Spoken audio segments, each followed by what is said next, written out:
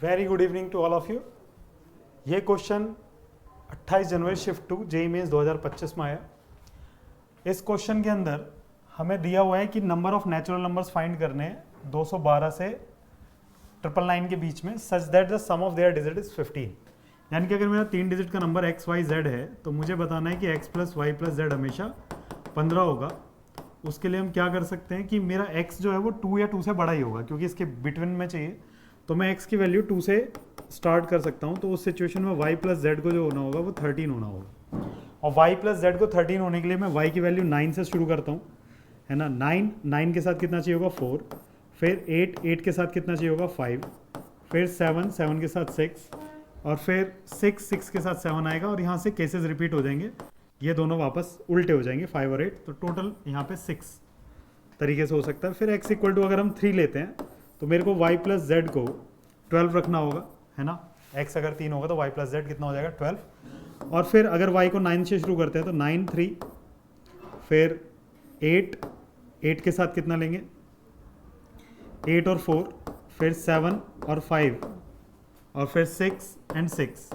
इसके बाद केसेस फिर यही तीनों रिपीट होंगे 1 2 3, तो ये टोटल कितने होंगे 7, तो यहाँ पे 7 केसेस हैं।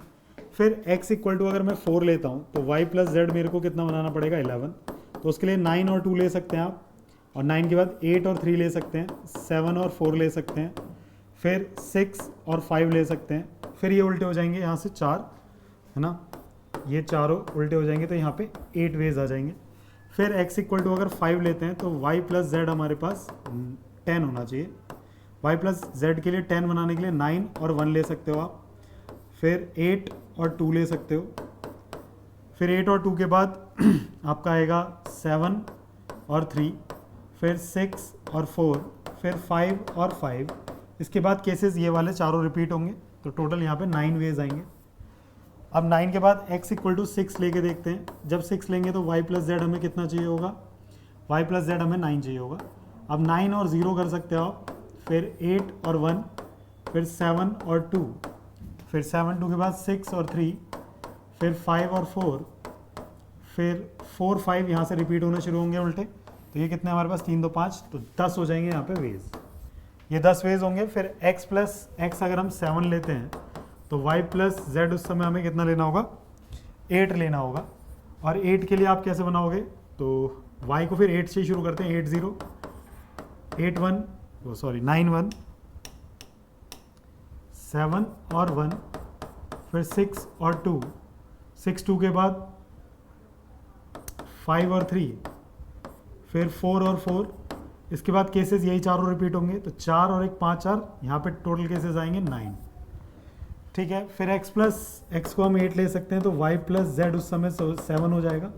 अब 7 के केस में क्या कर सकते हैं, y को हम 7 और 0, फिर 6 और 1, फिर 5 और 2, फिर 4 और 3, एंड फिर 3 4 होगा, तो ये रिपीट होगा, तो 4 और 4 8 केसेस यहाँ पे आएंगे।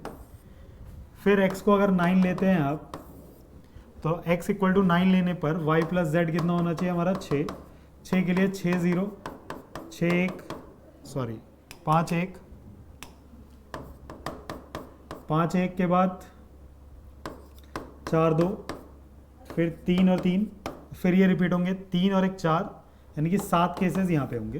तो अब ये जो राउंड वाले सर्कल में हमने बना रखे हैं सारे केसेस ऐड करेंगे, 7 और 6 13, 13 और 8 21, और 9 30 40 40 और 8 48, 48 और 7 55, और 9 64, तो टोटल आंसर होगा इसका 64, ठीक है। तो करेक्ट आंसर इसका 64 इंटीजर टाइप में ये क्वेश्चन था, तो थोड़ा सा मेहनत है और ज़्यादा कुछ नहीं।